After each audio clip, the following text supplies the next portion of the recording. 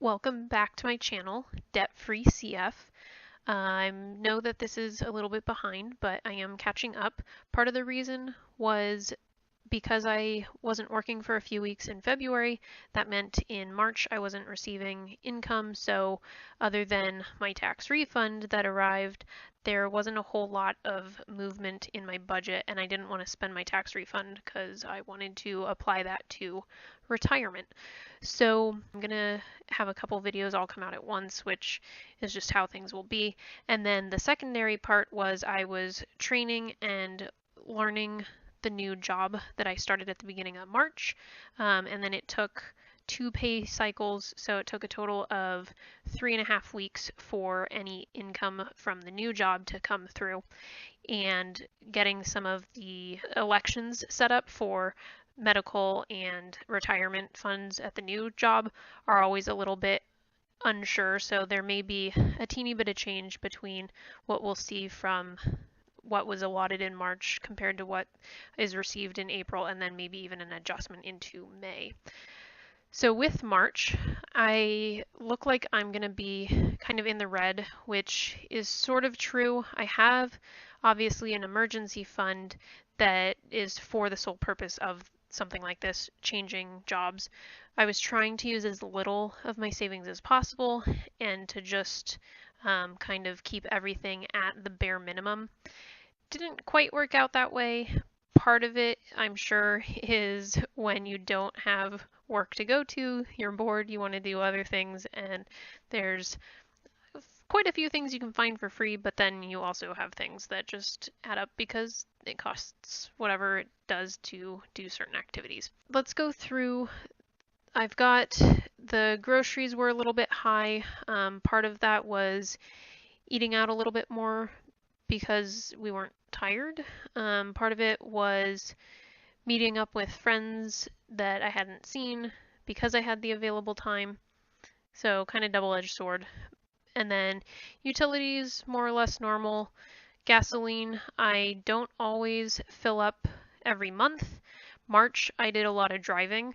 Some of it was offset where I didn't even put it into the calculation, but I used a gas card that was prepaid to pay for a fill up. And then just depending on if I'm driving my own vehicle or sometimes borrowing my partner's vehicle, and then whether that tank is full or I happen to be using it when it needs a refill. That's where some of the inconsistent behaviors with gas payments come from. So I had budgeted $40, ended up spending more than that because I did fill up my personal car twice and I filled up my partner's car once.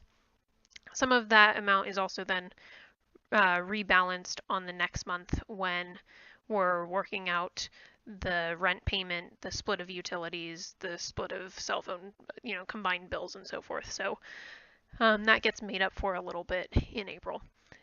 Then I had the opportunity to take care of some things medically that I'd needed. And then car insurance is a monthly amount that I set up a sinking fund for, which is over here. And that's going along just fine. We'll have the 6 months payment in June. And then miscellaneous things, ended up buying a pair of sneakers so that I could more effectively work out, which has been going great. I started working at the new job in March, and the new job offers a fitness tracker, so that has helped motivate more walking. So I power walk the dog a couple times a week, and then I also just try to get in some steps from time to time anyway, like an extra walk around the building on a break or at lunch or something like that. That's where the new pair of shoes came from. And then my goal was with the tax return, which was close to $1,400, that I would be able to put $1,600 into retirement.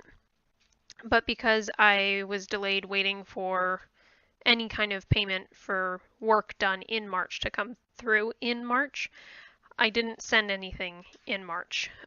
So that's why it's on the left under estimated and then not filled in on the right under actual, which is good because I'm in technicality, I ended up dipping into that tax return to just pay the normal bills. But then when I get all of the like 3 checks in a row at the beginning of April, it is all gonna repay myself so that I can send to retirement, and then also have the income I would have otherwise had, but it'll all pile up in 1 month.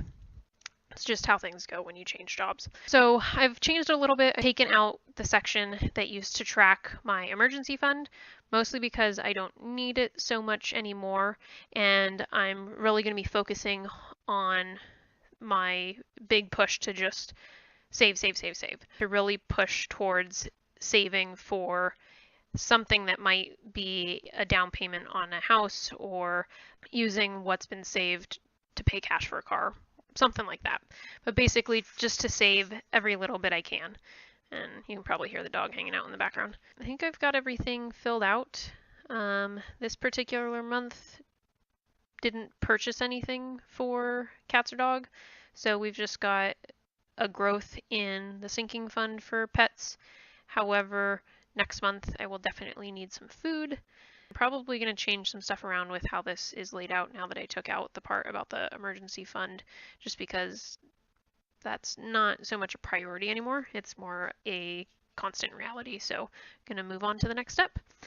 Would love to hear how you're doing on your budget wrap-ups, and then you can also check out the April videos, and hopefully this will become more consistent because now I know what my semi-permanent work schedule will be, which is 4 days a week, and then 3 days a week I have off. So I'll definitely be able to get a weekly video up if need be. If you like the video, go ahead and give it a thumbs up. If you want to be notified of all of my other videos coming out, you can subscribe. You can also spread the word. This has been DebtFree CF. Thanks.